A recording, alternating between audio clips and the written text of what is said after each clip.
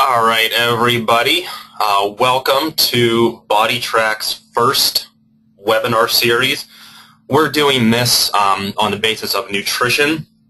We're going to be doing these webinars maybe like once a month, maybe a little more frequent. Each webinar will be a new discussion on nutrition and different topics, hot topics in nutrition. This is our first one, so please bear with us as we try to get through some mistakes that I'm sure we'll make, and any other questions you guys have, please feel free to ask in the question section. I do have some already, which I will be answering at the end of this talk.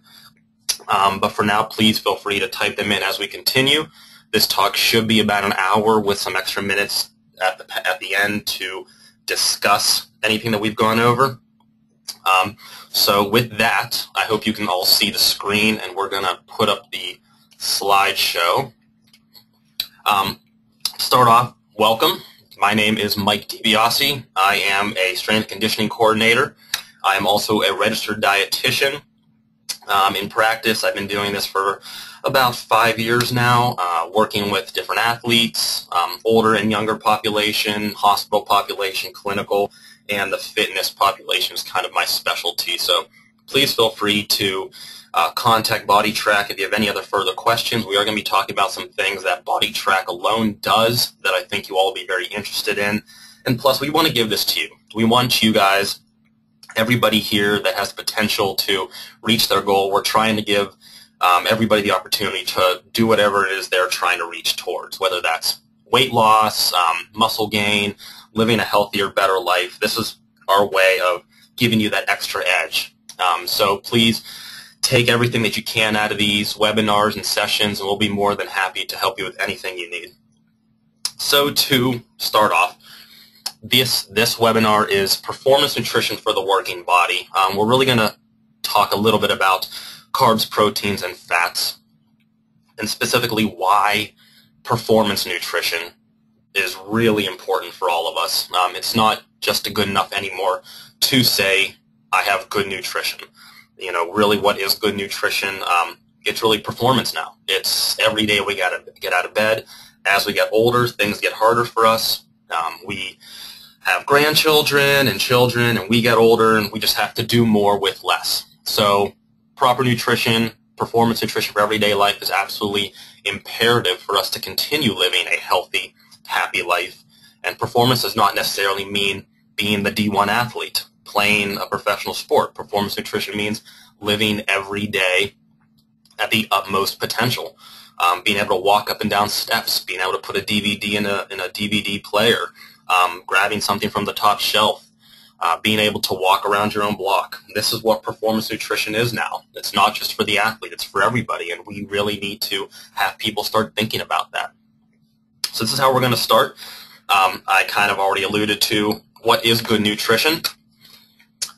These are from TESSN, the second edition. This is what I define and what they define as good nutrition. Good nutrition controls energy balance.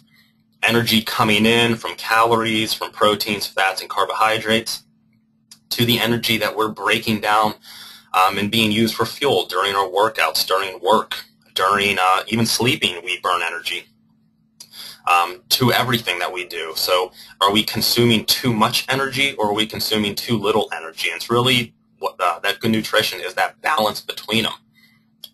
Good nutrition provides nutrient density. How dense is the food that we're eating? Are we eating food that is caloric dense with very little nutrients, or are we eating foods that are nutrient dense, that have the necessary calories but have the nutrients that we can't normally get? Good nutrition achieves health, body composition, and performance goals. Again, for the athlete, that athlete maybe their performance goal is to run the 100 meter in under 10 seconds, where the person who's working out and wants to lose weight, their performance goal may be to get that one extra push-up. And with some of the talks that we'll be doing, you'll see that exercise alone can't guarantee those things. Exercise and good nutrition gets you to those performance goals that we're actually looking for, whatever your performance goal is. Body composition, you know, it's not just weight. It is body composition. That's what we need to start telling people. We need to get this into people's minds, that it's not weight, because weight is just gravity. It's body composition. It's what our fat mass is. It's what our lean body mass is. And if we can change those, that's what we're looking for. Good nutrition is outcome-based.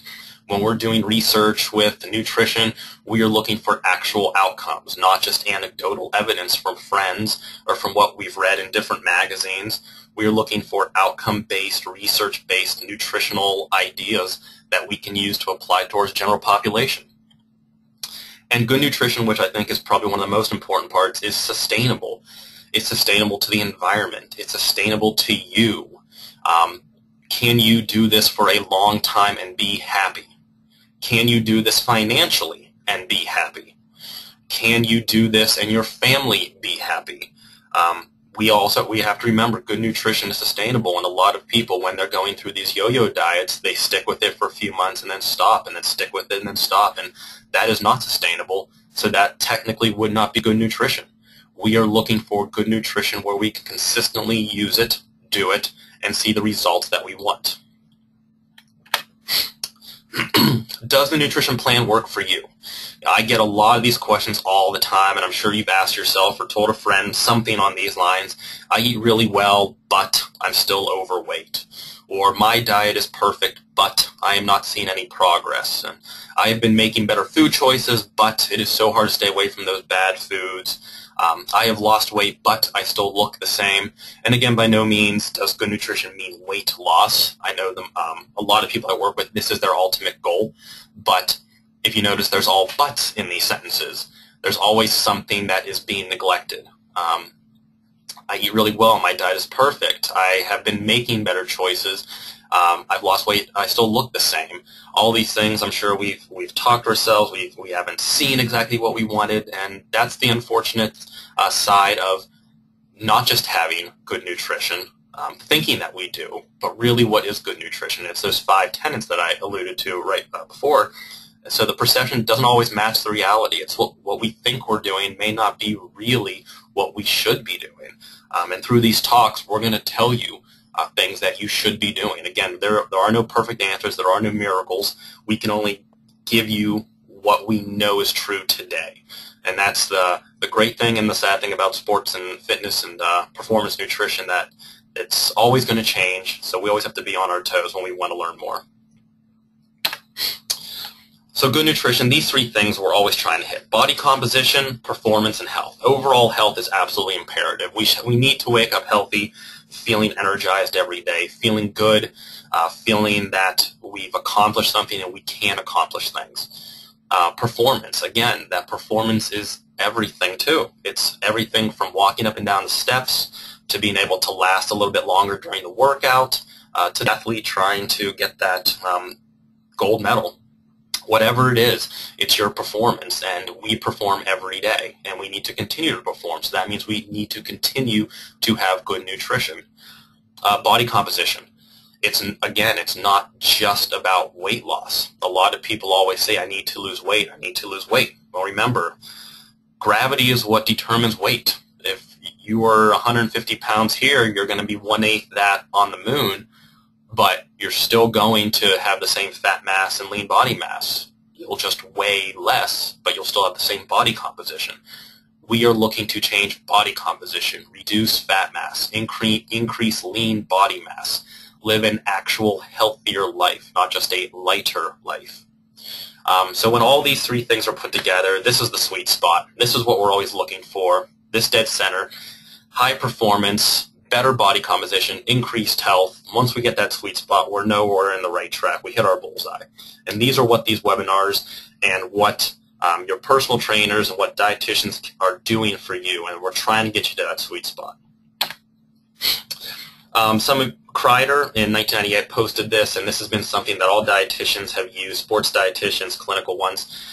You can actually see poor nutrition at the bottom left hand. As performance increases, that means we need to do more, perform better.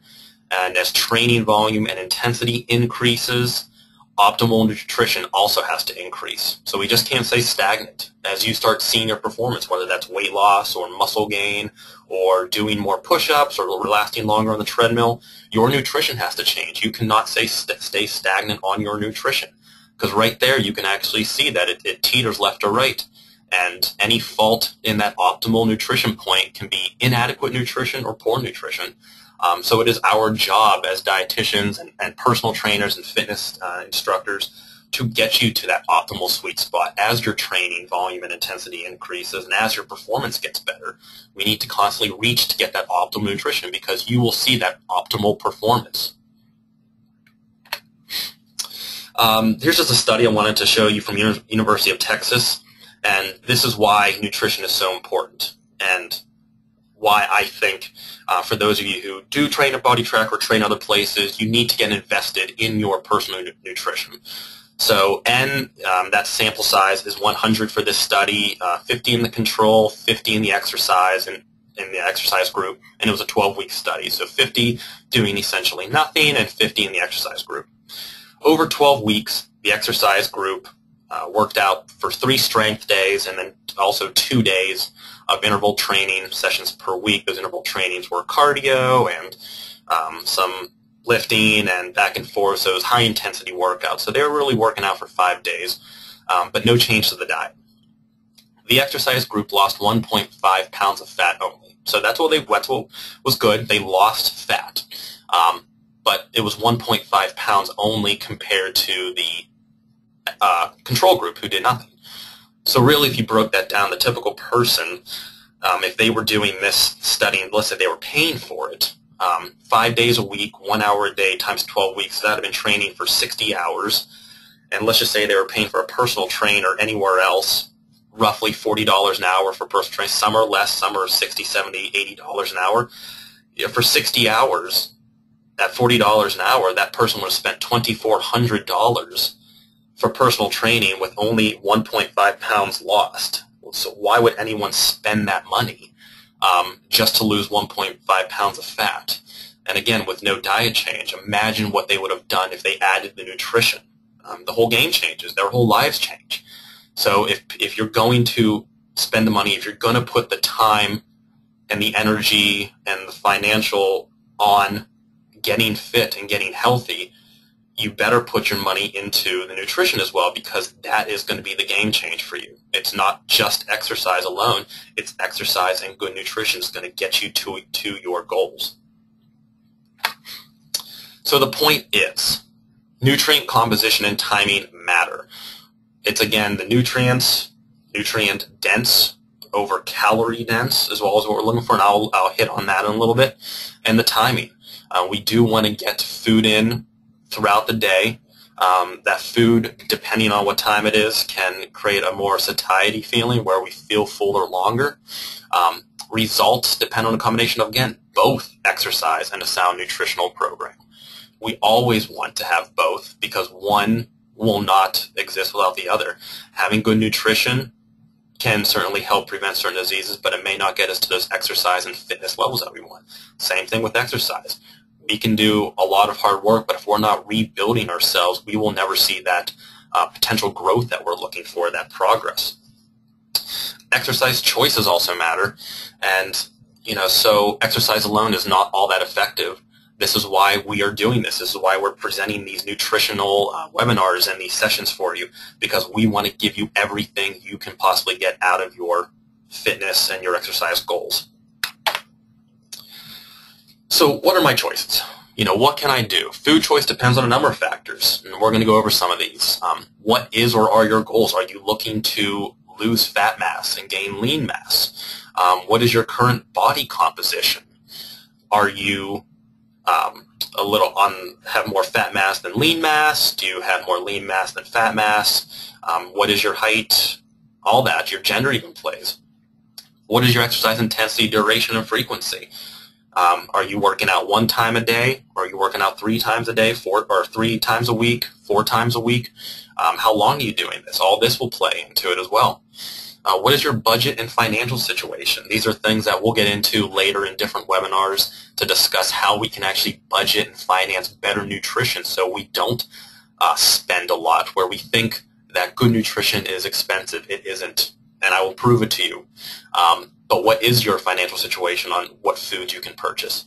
And what is or are your personal food attitudes and convictions? You know, a lot of people have religious views. They can't eat certain food based on their religious convictions. Special diets. Are some people vegans or vegetarians? You know, maintaining some personal view where they don't eat certain foods. Do certain people have disease or metabolic issues that we have to take into account where we can't add certain foods to their diet because of these situations? So all these things have to be taken into account. Looking at all these questions, you know, there's so many. It's easy to see why people who, no matter what their goal is, they're always going to get frustrated, flustered, and potentially give up. And so many people do give up. And that's the problem. It's just that they don't know where to start. And this is why we are bringing these to you, because we want to give you a starting path. It's not about starting at the 30-mile-per-hour line or the 60. It's starting at 0, because you can always follow the path from 0. You can always get better and go faster. So many people, again, they just want to go from 0 to 60. You can't do it. It's a thing you have to practice and do consistently. Bounce from diet to diet to diet. This is one of those things that a lot of people don't understand about performance nutrition and actual nutrition is you have to stick with it. You have to see if it's going to happen. And these yo-yo diets, this is why a lot of people fail, because they're consistently stopping what they're doing. So many people start in the middle, and they have to start at the beginning. There's a lot of people that say, I'm going to start eating this and that and this and that and this and that. The question is why? Why are you going to start eating this? Do you actually know what this is going to do for you? Are you increasing your calories too much? What are you giving up instead? So this is where a lot of people just start right in the middle. They don't understand why they're doing this. And this is where, with the registered dietitian, with your personal trainer, you can start from the beginning. You have the opportunity to know exactly how to begin, where to start, and then where to take that path. And it's about learning about yourself first, not just hearing what you hear from friends or what you've read. And this is what we're going to do for you. So what really works? Why do people ask this? You know, what really works whenever I'm trying to blank?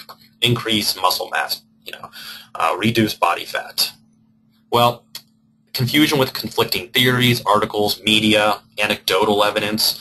So many people read articles from magazines that just circulate the same stuff. Every 6 months you read about the same thing with a different picture and a different person smiling, and it just gets repeated, and it makes it sound new, and it isn't.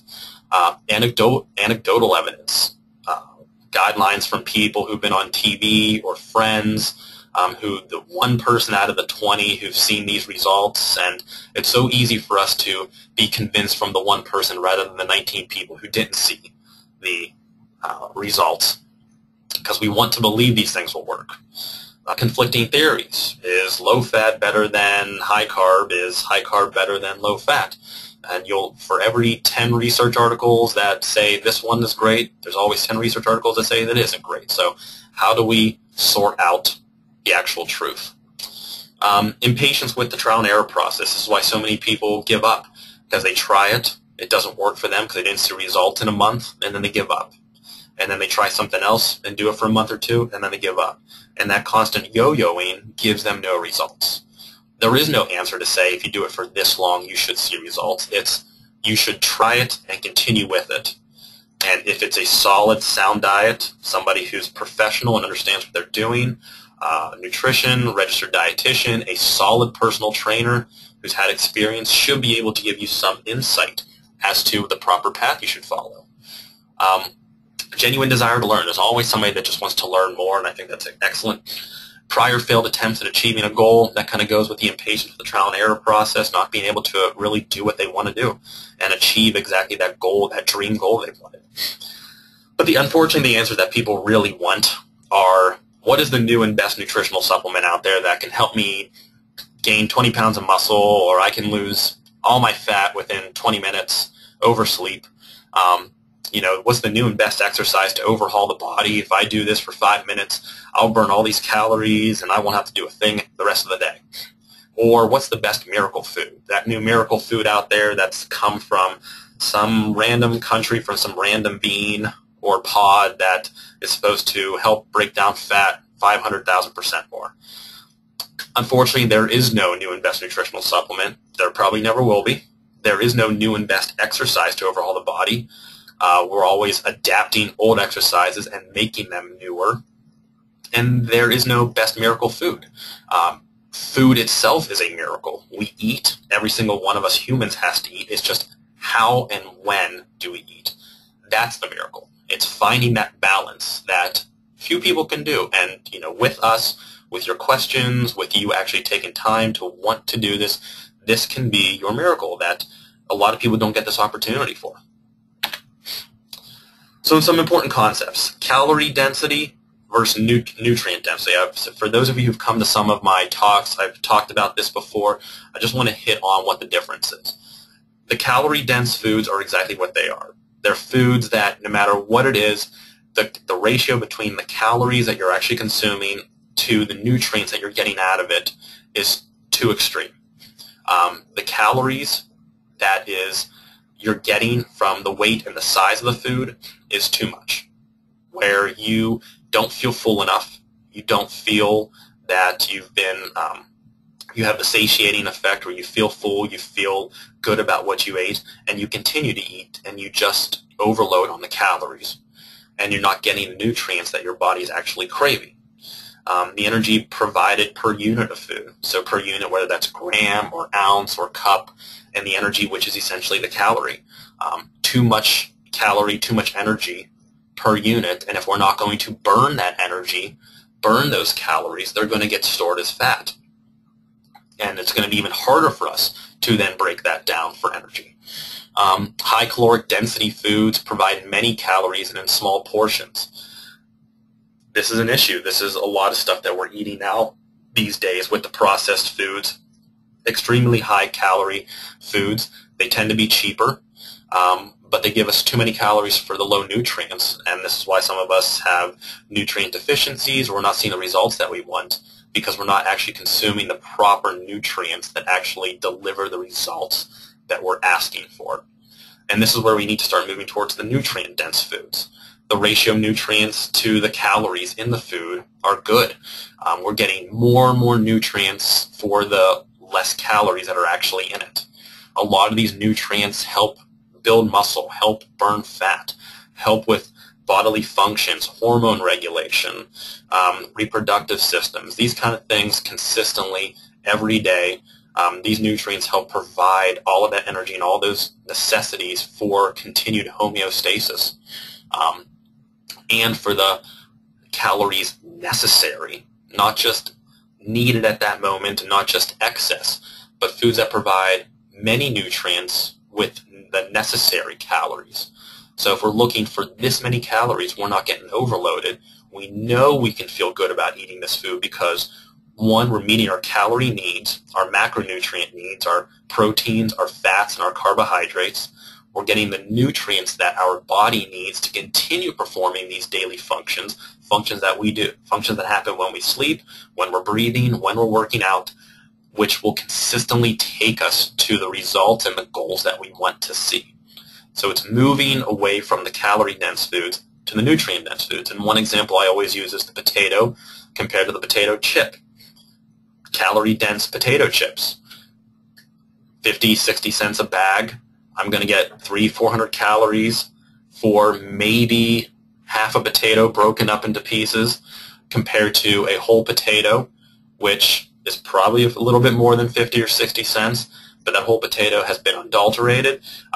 It contains all the nutrients that haven't been pulled out from the baking, from the frying, from the processing.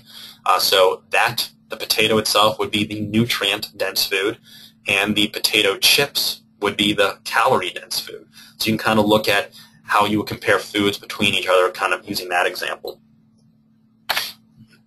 So here's also something that we need to also talk about when we're talking about performance nutrition. When we're talking about proteins, carbohydrates, and fats, this is the circle of energy, our total daily energy expenditure. How much energy, calories, are we burning every day, 24 hours.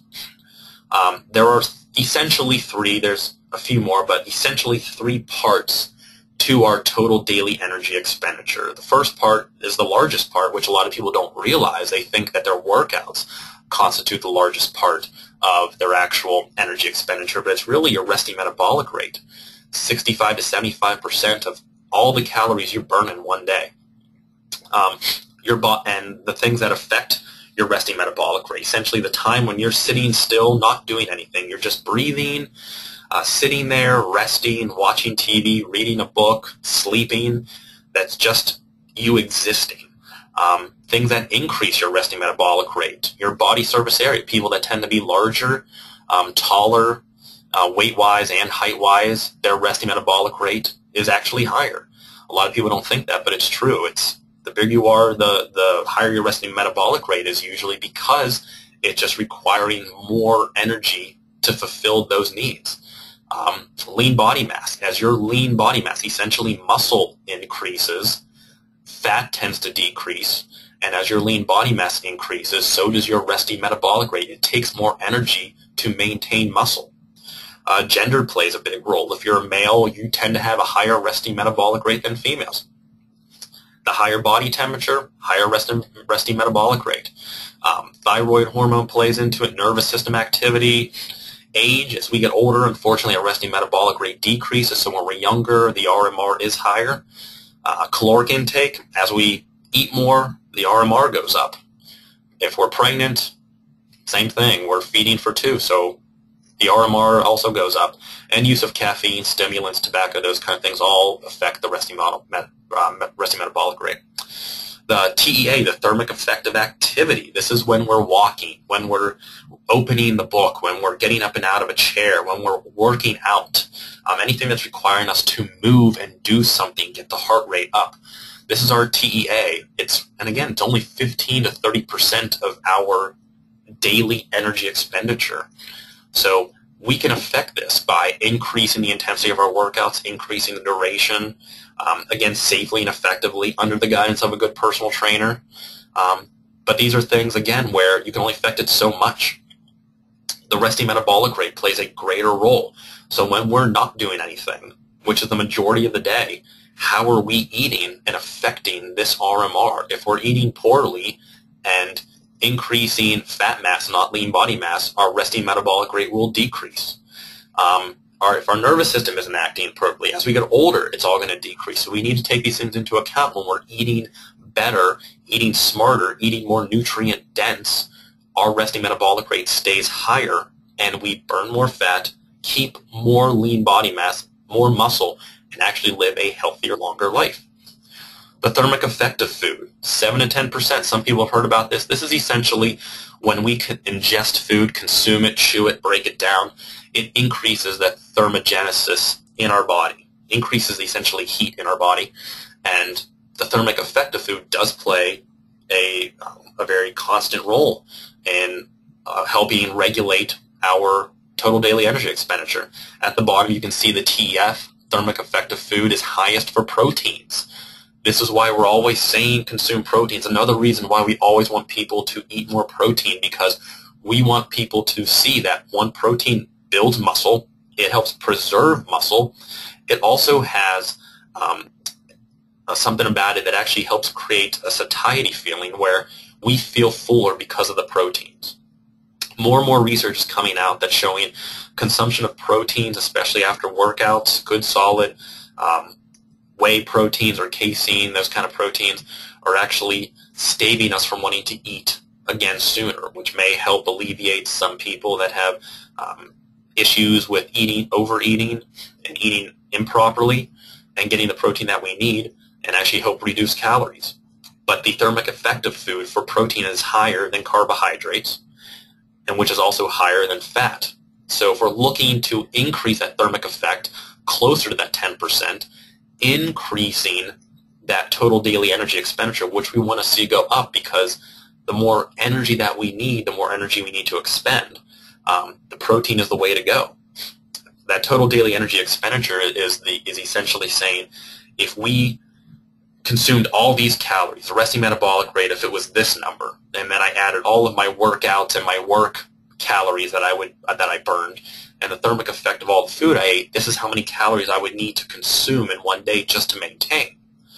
We can use that number now and subtract it a few hundred calories for weight loss, fat mass loss, or we can add to it for weight gain and muscle gain, really depending on what your goal is. So these are things that we always need to know so we can actually get you to the goals that you want to see. So another reason why we're always talking about protein, the thermic effect of it is higher. Your activity can regulate 15 to 30%, but it's really your resting metabolic rate that is the large part of how your body functions and what your lean body mass and your fat mass ends up being. Just an idea for some people who want to learn a little bit more about sample calculations. You've seen it on nutrition labels, 449. The carbohydrate is 4 calories per gram, protein's 4 calories, and fat is 9 calories. So here's some of the things that are coming into research, and we're going to be talking about in a future webinar about what's being better now, higher fat diets and lower carbohydrate diets, or vice versa. And we'll get into that at a later time. But just so you guys have an idea, and again, we'll post this webinar and slides so you can have them permanently.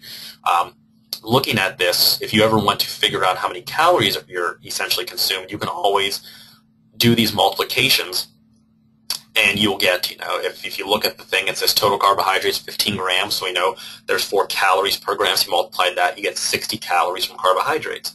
Same thing with protein. You can see there's 3 grams, multiply that by 4 calories per gram, so we get 12 calories from protein. And then fat, there's 1 gram of fat, and there's 9 calories per gram of fat, so it gives us 9 calories. When we add that, essentially we get to 80 calories, and you can see the nutrition fat gives us 80 calories. So if you're ever wanting to figure out more about that, that's how we kind of do it. Here's a quick breakdown. So the intake of 2,000 calorie day. If somebody consumed 300 grams of carbohydrates, again, 4 calories per gram of carbohydrate, we multiply that, divide that by 2,000, and that will tell us that in our diet, we consume 60% of total calories from carbohydrates.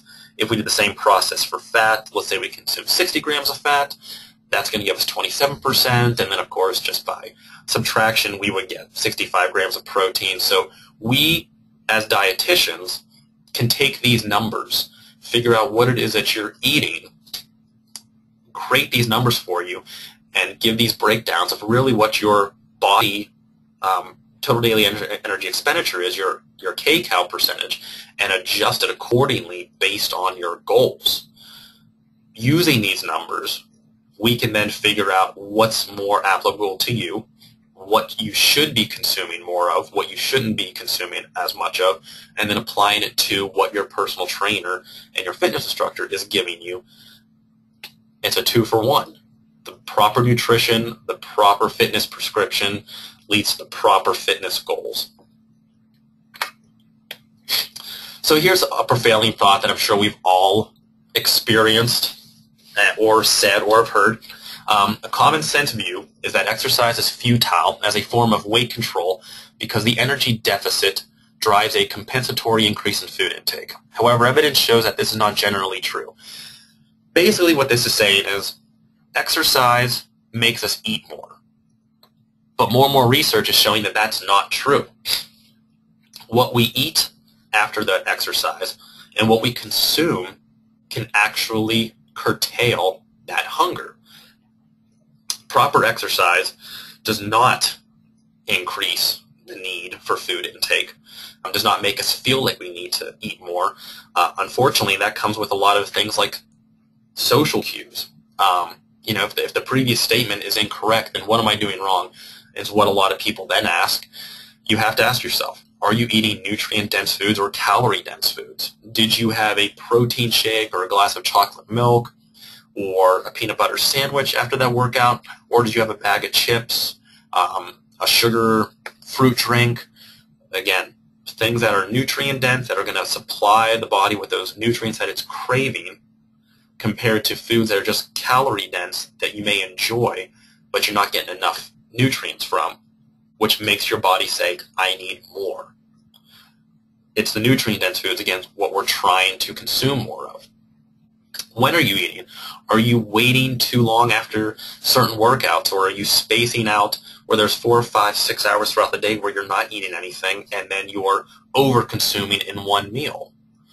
A lot of people do this. It's not me. For some people, it's not consuming every 2 to 3 hours. Some people can only do 3 meals. But are you consistently consuming the same amount at each meal? Or are you consuming too little or too much? And this is where nutrient timing, this is where getting proper nutrition guidance can come into play. Knowing you personally. What is your exercise prescription and routine? Are you a morning workout person? Are you an evening workout person? Middle of the day? All these things affect when you eat, how you eat. For people, this is a big one. Social cues. Do you have food in your house that your husband or wife or friends have bought that you know you shouldn't eat, but unfortunately you can't hide away from? Or is it your night to go out and you have to have that special food or drink that you know isn't going to benefit you from your workouts, or for your nutrition for that matter? Are there things that just tell you you want this but it's not good for you? And those social cues play a big part in our lives. Some are good, some are bad. It's just knowing how to curtail them at the proper times. And what is the ratio of carbs to proteins to fat in your diet? The majority of American diets are very high in carbohydrates because they are easily accessible. It's wheats, it's grains, it's pastas. Not saying they're bad, but the overconsumption of carbohydrates compared to proteins and fats are leading more and more research to say that it's these overconsumption of carbohydrates that are leading us to these obesity problems, these lethargic issues, issues with different diseases. And so we'll touch on that just a little bit. We'll talk about more of that in different webinars, but it's more and more what we're seeing is increasing in proteins and reducing carbohydrates, not eliminating them, but reducing them and going towards more complex carbohydrates with more fibers like fruits and whole vegetables, and those kind of things are leading us towards actually better, healthier, and more physically adaptive lives. So really, let's talk about the carbs, proteins, and fats and get an idea of exactly what they are. So carbohydrate, it's one of the 3 macronutrients of carbohydrates, proteins, and fats, and it provides us energy. It's essentially a sugar-based compound. Anything that is sugar-based or has a sugar is considered or would be considered a carbohydrate, and that goes for vegetables as well. Those long sugars are starches, different fibers, and they do have sugars in them.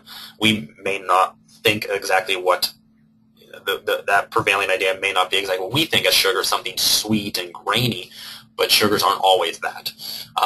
They're small to large molecules depending on the structure, from monosaccharides, oligosaccharides, polysaccharides, things from one sugar molecule all the way up to dozens and hundreds of molecules stretched out lengthwise, which makes starches. The carbohydrates are essentially breads and grains and pastas, and they're found in milk. There's roughly 12 grams of carbohydrates in milk. Fruits, dried fruits, usually contain more sugar because of the water concentration in them and sugar concentration. Vegetables contain carbohydrates.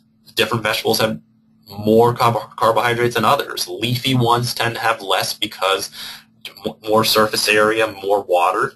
The more robust ones like carrots and potatoes tend to have longer starch molecules, higher in sugar content. And of course processed foods. So looking at that, it's things we always eat throughout the day. Doesn't mean we have to remove them. That is absolutely not what we should be doing. What we should be doing is knowing which ones to eat at the right times and knowing which ones we need to change. So not eating maybe the white bread, maybe going towards the whole grain bread. And we'll get into that in the next few slides. But again, it's never about removing carbohydrates. It's about knowing which ones are going to be the most useful for us at that time. They get broken down the quickest compared to proteins and fats, so that makes it the most usable form of the energy substrates, and substrate just being a carb, a protein, or a fat. So when we're looking at it, for example, if I was to put a piece of meat in my mouth, a piece of chicken, that chicken will be there for an hour, 2 hours, it'll just sit there. assuming that I didn't swallow it or chew it, because my body won't break that down just in my mouth. But if I put an M&M or a piece of bread or cotton candy or something like that, that gets broken down very quickly. It melts in your mouth. It dissolves. It gets broken down. So that just gives you an idea of how quickly carbohydrates get into the bloodstream, get broken down, and used for energy very, very quickly, that you don't even have to swallow some of them. You can just let them sit there, and they will get broken down and used, and they affect the blood sugar to the greatest extent. We do have to remember that the brain functions essentially on two things, glucose and ketones. So if you're not consuming adequate carbohydrates, your body will produce them on its own, but you absolutely need glucose and ketones alone just for brain function. So we, again, do not want to eliminate carbs. We do need them, just in what ratio, which type, and what time. So there has been talk about the glycemic index, which is being used more and more now. Again, it is not a end-all be-all table. You cannot look at that and say, if I eat this, I will be healthier, or I will lose weight, or I will gain muscle mass. It's a reference guide, so please consider that when you're looking at the glycemic index. And if you go under glycemicindex.com or .org, you can just type it in Google. You can actually go on their own website and look at the whole glycemic index for the most foods available in typical markets. So the way the GI index, the glycemic index works is the higher the GI, it affects the blood sugar the quickest. So if it's a high GI food, it'll create a high blood sugar spike. To bring that high blood sugar spike down, a quick release of insulin happens. So insulin is released from the pancreas into the bloodstream to bring that blood sugar back down to normal. And normal is anywhere between 90 to 100, 90 to 110, depending on what reference you look. But that quick rush of blood sugar gives us quick energy. Great if we're trying to get out there and, potentially sprint, or maybe get a few extra reps in, get an extra minute on that treadmill, something where we need that quick boost of energy. But this is where that potential crash comes from, where we eat too much food or too high GI foods too quickly, and then all of a sudden we get that crash. We feel that tired, lethargic feeling, and that's that insulin coming in and bringing that blood sugar down. Great for quick energy, but potentially dangerous in the long run, where we consistently do that insulin burst. And these are the issues where we're seeing with type 2 diabetics, where that quick release of insulin all the time, more and more people, bodies can't handle that, and this is kind of where we're seeing a lot of people developing type 2 diabetes. Too high blood sugar, too quick of a release, and then brought down too quickly, and that deregulation of blood sugar. If you eat a low GI food, food that's lower on the GI scale, you will have a low blood sugar spike. You'll have, of course, a slower and lower release of insulin, which, again, greatly leads to a less potential of a crash, but it doesn't give you the quick energy. You'll have a better, longer sustained energy. So if you're looking to get out there real quick and, hammer out a workout in 30 minutes, eating some brown rice may not be the best choice. It may be something like a fruit or chocolate milk, something with a little bit of higher GI sugars, GI foods, and then afterwards maybe a better low GI food to continue that energy throughout the day.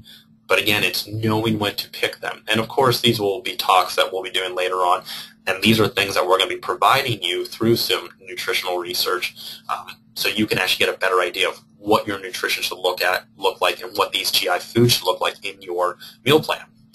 The glycemic index is on a 0 to 100 scale. The lower the GI, usually between 0 to 50 is what some reference says, the potentially more complex and quote-unquote healthier the carbohydrate. Usually foods that are lower on the GI scale tend to have more fiber, tend to actually have more protein as well. These are two good things that we want, because protein, again, helps preserve muscle mass and gives us calories that we need to build muscle, hormones, enzymes, everything that this body craves. The fiber and the protein work together to actually help create that satiety feeling, where we can create that bulk in our body. It actually helps us process foods a little bit better.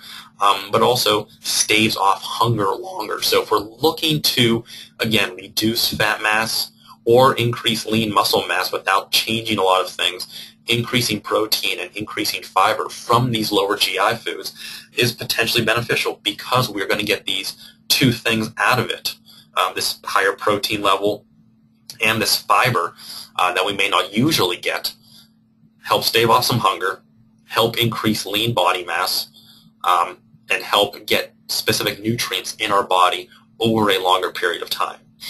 The higher the GI food, usually 70 to 100, the potentially more processed the carbohydrate. And that's not, again, that's not always the case, but you'll see kind of on the next slide with the GI scale, you'll see more white processed, different building foods compared to the lower end, where it may not even be a carbohydrate. It may be like a peanut or something.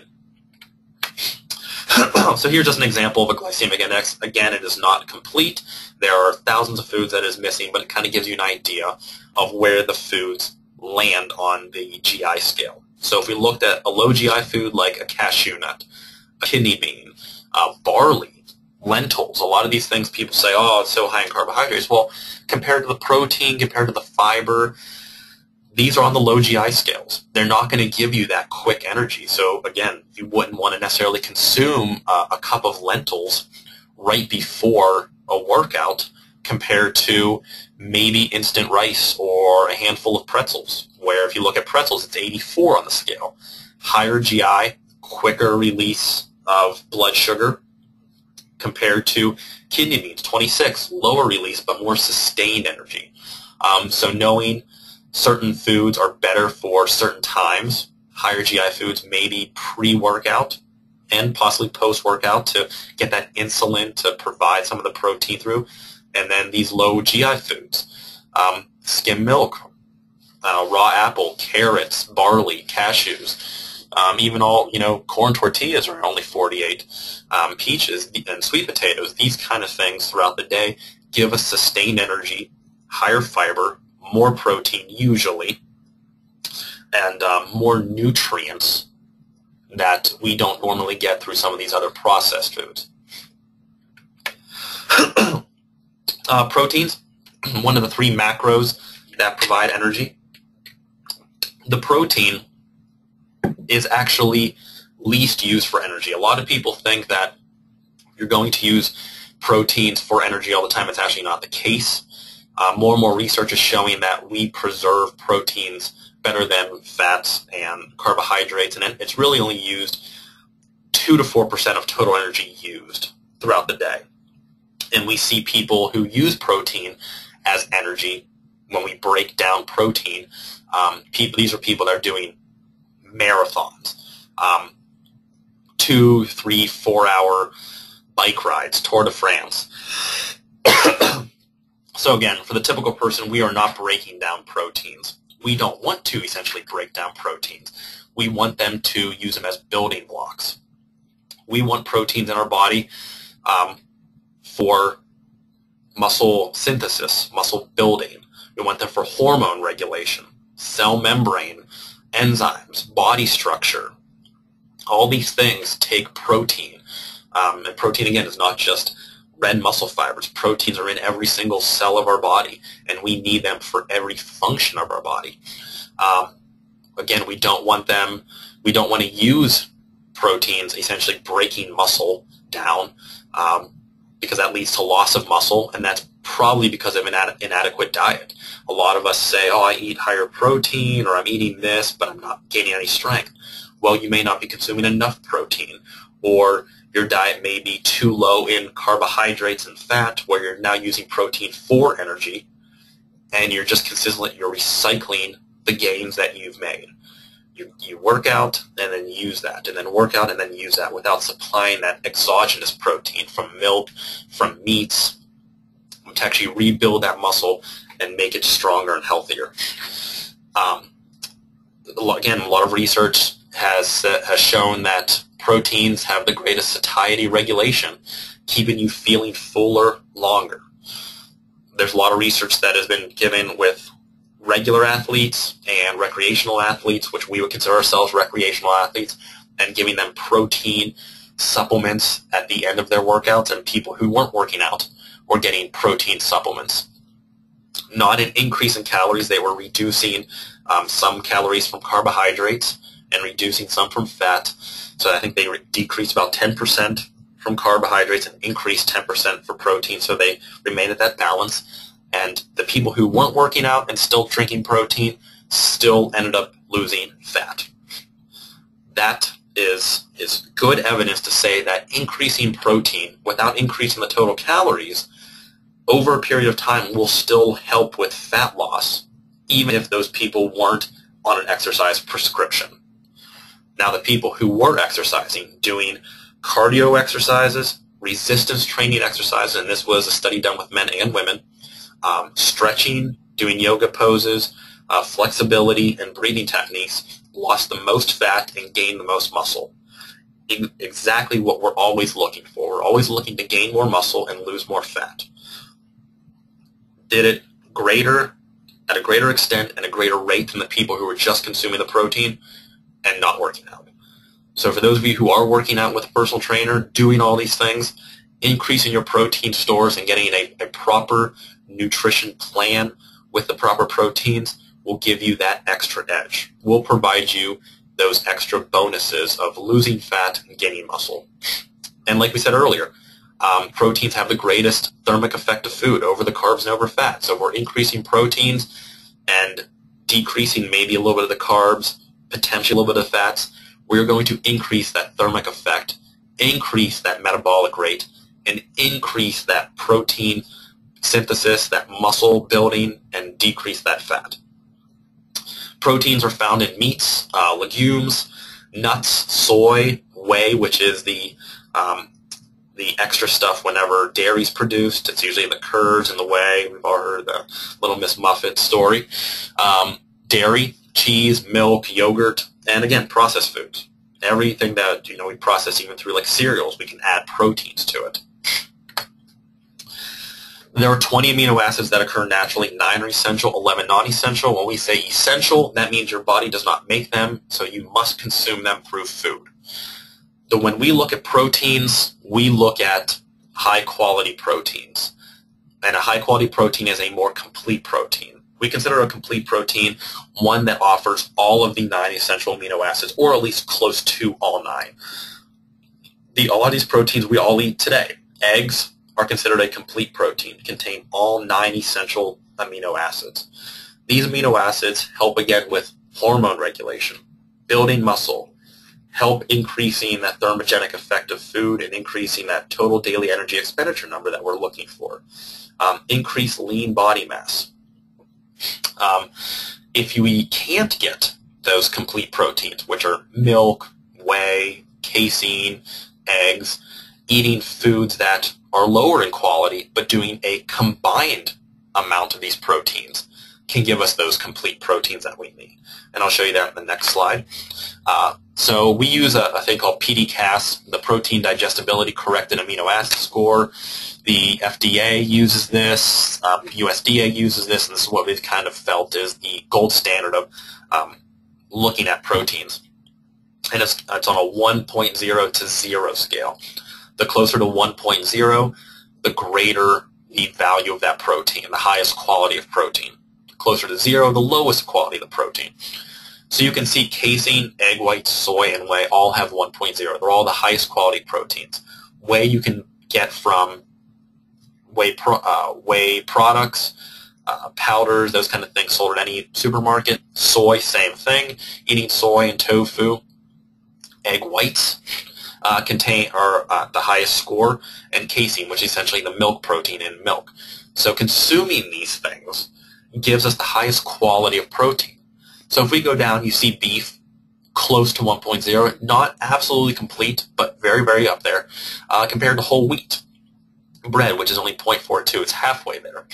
So if we're looking at maybe we can't get casein, eggs, soy, and whey into our diet, maybe we have personal views on eating these certain things, we can certainly take fruits or chickpeas if you look on this list. And again, this list is not absolute. There are many, many, many other foods that are on this. and vegetables, and we combine some fruits with vegetables or chickpeas, cereals with peanuts and these kind of things, we can combine these and make complete proteins. Some of these are missing 1 or 2 amino acids, where other foods will maybe have those other 2 amino acids, and combining them and making these salads, if you will, or these casseroles of different proteins gives us these complete proteins, which lead us to the greatest amount of protein availability for the greatest benefit with the greatest nutrients. And then fats, the bad guy, which everybody thinks is the bad guy, but really they're not the bad guy.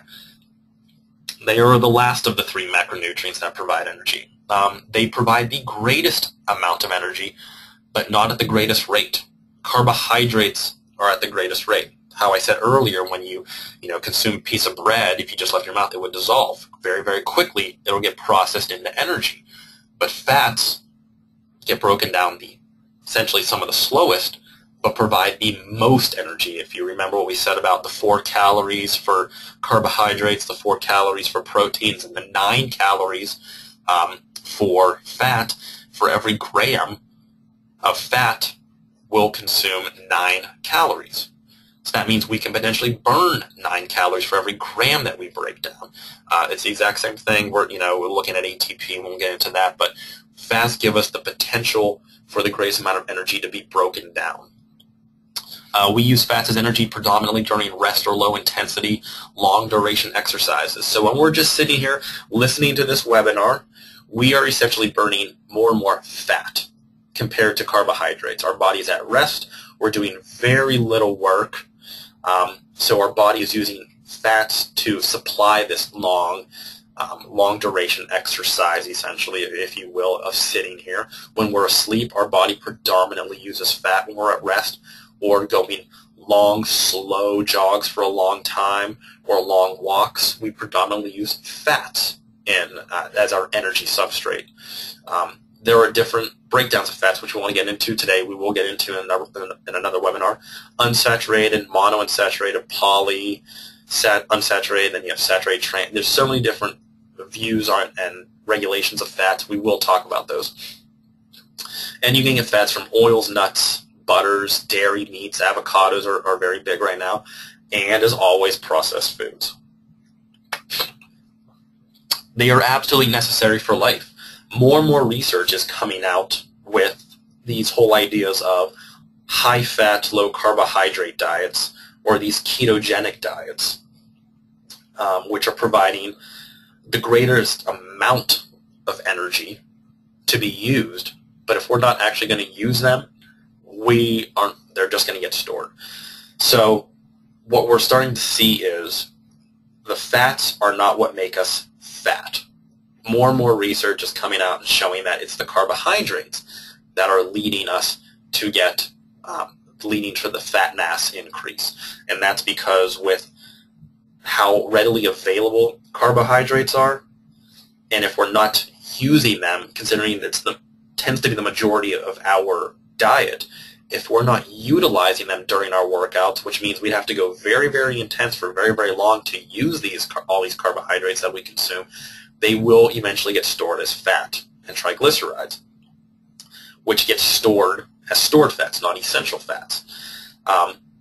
This is why we're always looking at people and saying it's not the fat that you're consuming that is increasing the fat mass. It may be a combination of poor exercise choice, not enough exercise, poor carbohydrate choice, low protein intake, and this is where having a registered dietitian kind of create these plans for you and talking with your personal trainer gives us better insight to what it is you actually need.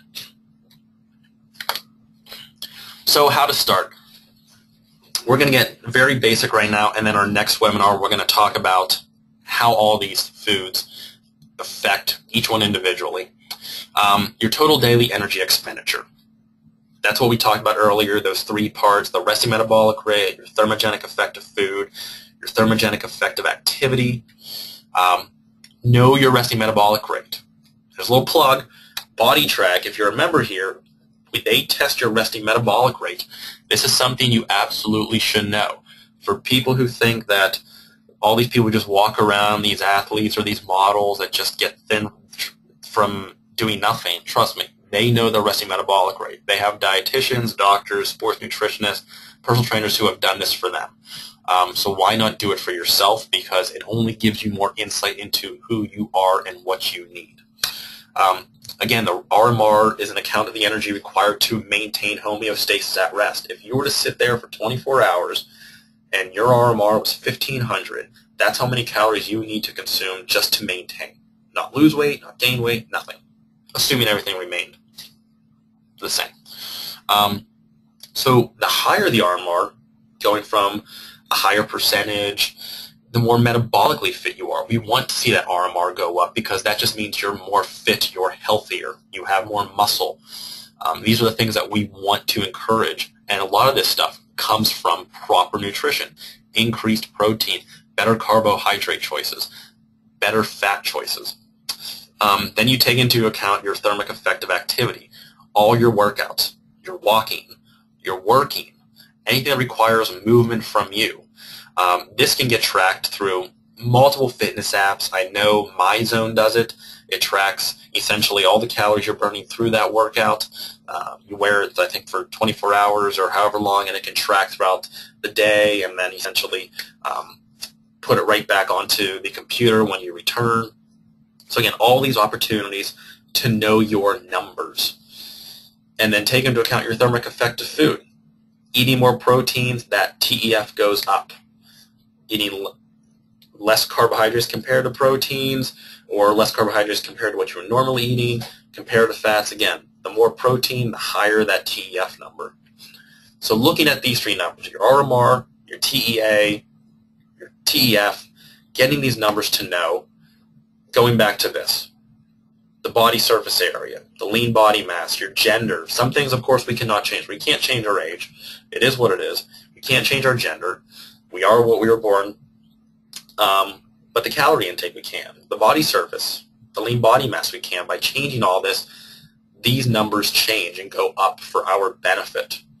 So if you know what these numbers are, you can get a nutrition plan built for you and a proper fitness prescription created for you that is just going to lead to all of these goals that you want. Deliver exactly what it is you're looking for. So what next? The recommendation is get your TDE, those three numbers. Eating more proteins, kind of getting an idea of where that is. Again, that's always going to be between 7 to 10%.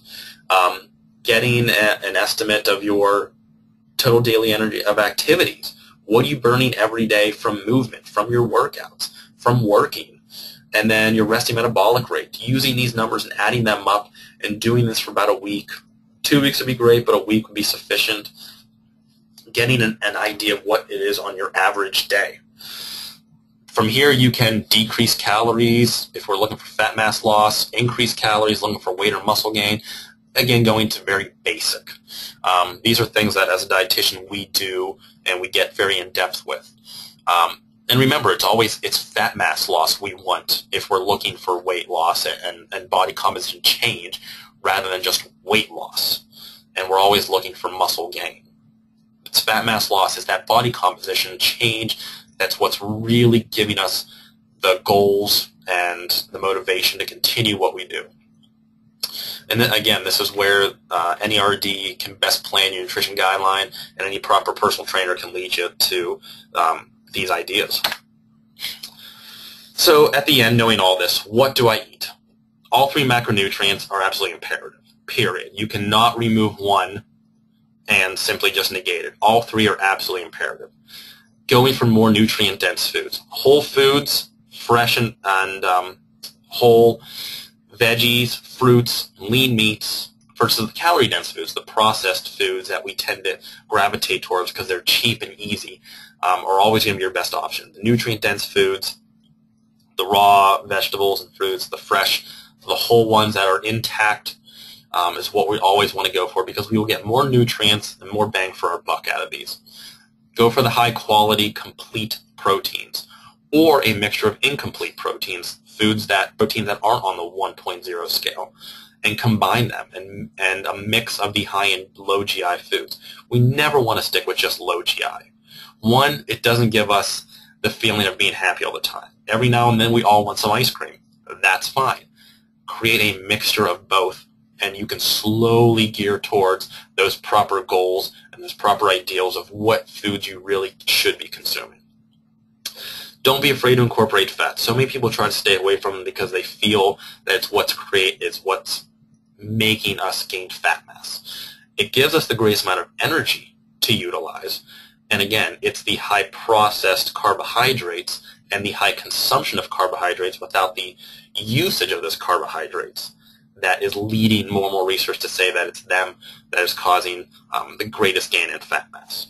So it's not just consuming carbs, it's consuming too many, too high of the processed ones where we can't break them down, or we don't expel enough energy to break them down and they get stored.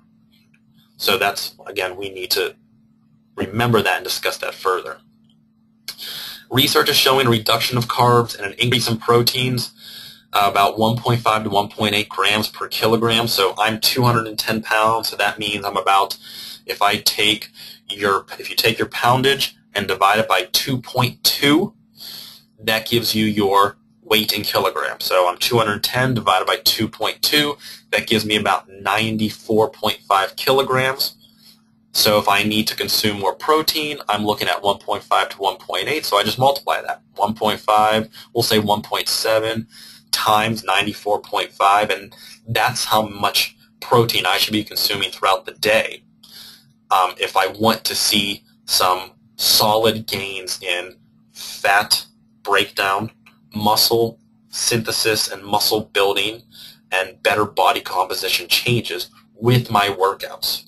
Again, it always comes with cardio. It comes with resistance training. It comes with stretching and relaxation. It just doesn't always come from just consumption. So looking at that, kind of get an idea of where you should be, and then reducing carbohydrates throughout the day, we're seeing more and more people have better regulation with fat mass loss, blood glucose regulation, not having those high spikes in blood glucose that can lead towards diabetes and other metabolic diseases. Satiety, feeling fuller where we don't crave foods all the time, or bad foods, having those social cues managed. Muscle preservation and synthesis. As we lose just weight, we tend to also lose fat, muscle, and water. So we don't want to lose muscle. We want to increase muscle and preserve it. So if we can increase proteins through lean meats, nutrient-dense, complete proteins, we can preserve the muscle that is in us and build new ones while we work out more intense, more vigorous, with more frequency.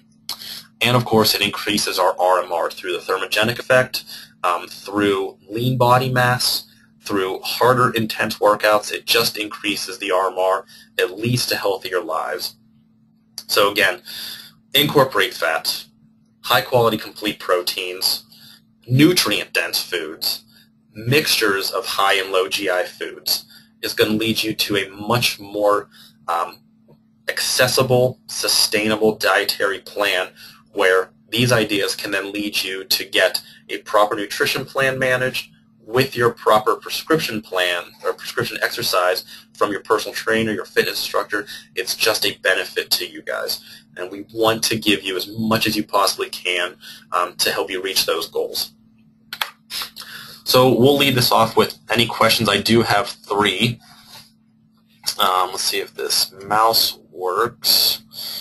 I see one question. If your goal is weight loss, is the 1,200 calorie rule still prevalent as a rule of total daily caloric intake, even if one is working out rigorously with weights and cardio, walking and running regimen? So if the goal is weight loss, there's all this talk right now about 1,200 calories is what you need to be consuming. I can tell you right now that the 1,200 calorie rule is essentially used as the bare minimum of calories, and that's for women. Essentially only. The bare minimum for calories for guys tends to be closer to 1,600 calories. Now again, that's not for every single guy and every single girl out there. Everybody is different. But if you took everything I just said, 1,200 calories If your resting metabolic rate is 1,600 calories, you're already under-consuming. You're already at a 400-calorie deficit. Now, that doesn't include your workout. Let's say your workouts, you burn 400 calories. And let's say just throughout moving throughout the day, you burn another 400. So that's 800 added to the 1,600, that's 2,400. So you're only consuming half the necessary calories, 1,200 calories compared to the 2,400 calories, and we haven't even included the thermogenic effect of food. So you're not even consuming 50% of the necessary calories you need, which means you're probably only getting less than 50% of the necessary nutrients you need. Will you lose weight? Absolutely, because your body is craving nutrients, so it's going to burn itself through fat breakdown, muscle breakdown, reduction of water. Yes, you will lose. Well, is that sustainable? Absolutely not. There's nobody that I know that can sustain on a 1,200 calorie diet. There will be a crash.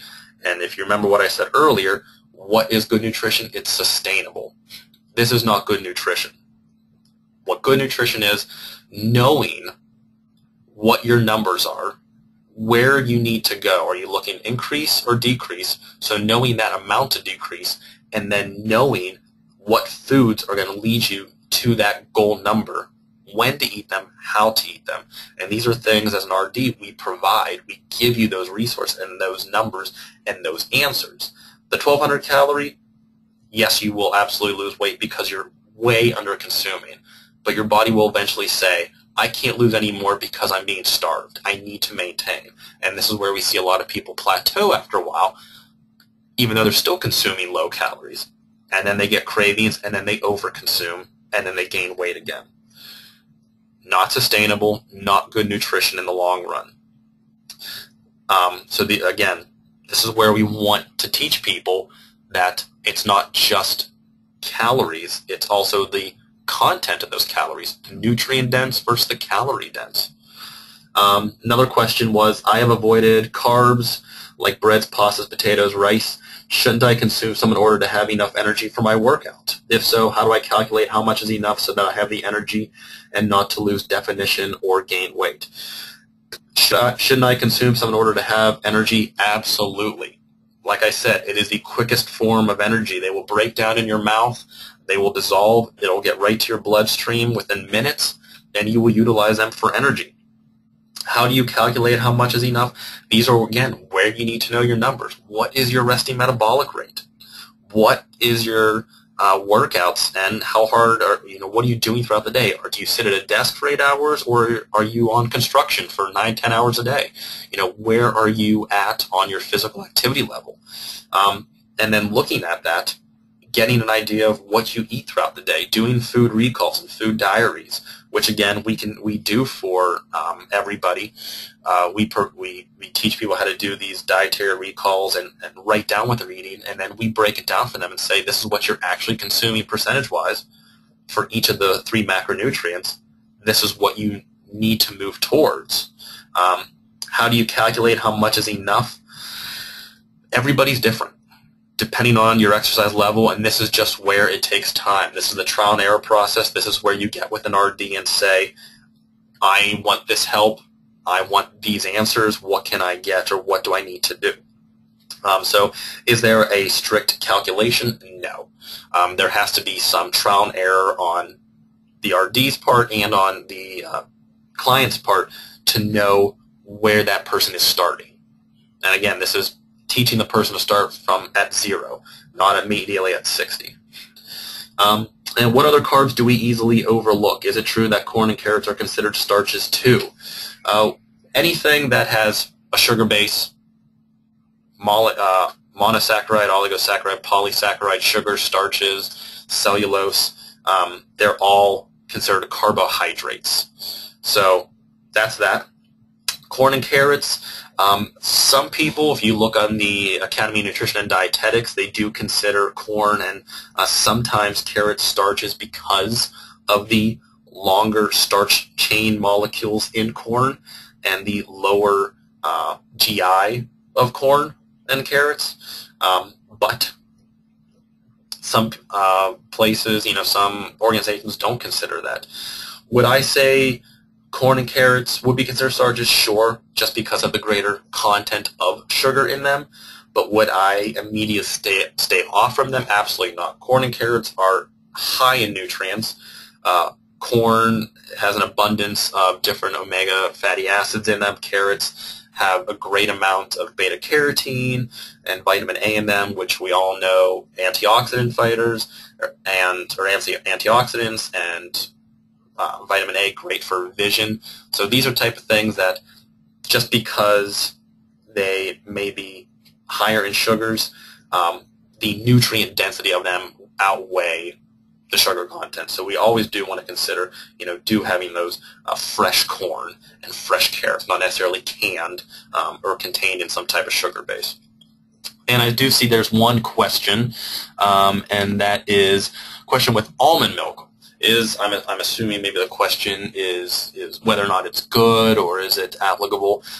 Almond milk is essentially just the pressed residual juice from the almond. Almond milk, some of them tend to have, I believe, about 50% more calcium than regular milk. So for those of you, especially women, who tend to not get the high amount of calcium in their diets compared to men who actually consume greater amounts of calcium, almond milk may be a great alternative. It tends to be sometimes lower in calorie, roughly around the same amount of protein. It really just depends on your ideals, and if you're trying to stay away from strict dairy, almond milk may be the way to go. Do I think it's a terrible choice? No. I personally just like milk. I like the dairy milk. I think it tastes delicious, but if you prefer almond milk, you can bet you are still getting a very nutrient-dense food product, and I highly encourage people that want to try to convert over to almond milk to go for it. I find no distaste in it. I'm a milk person through and through. So I see that is it for the questions. We will be posting this presentation online so you can have the slides. Please feel free to call or email me for any questions that you have about nutrition. We are we want to do everything we can for everybody who goes through these programs and wants to better themselves in their health, in their fitness, in their performance, whatever that is. So please know that this is for you, and we do this for you, and we want to continue for everybody to live a happier, healthier life. So thank you all for listening to this webinar, and we look forward to having you for the next one. Take care.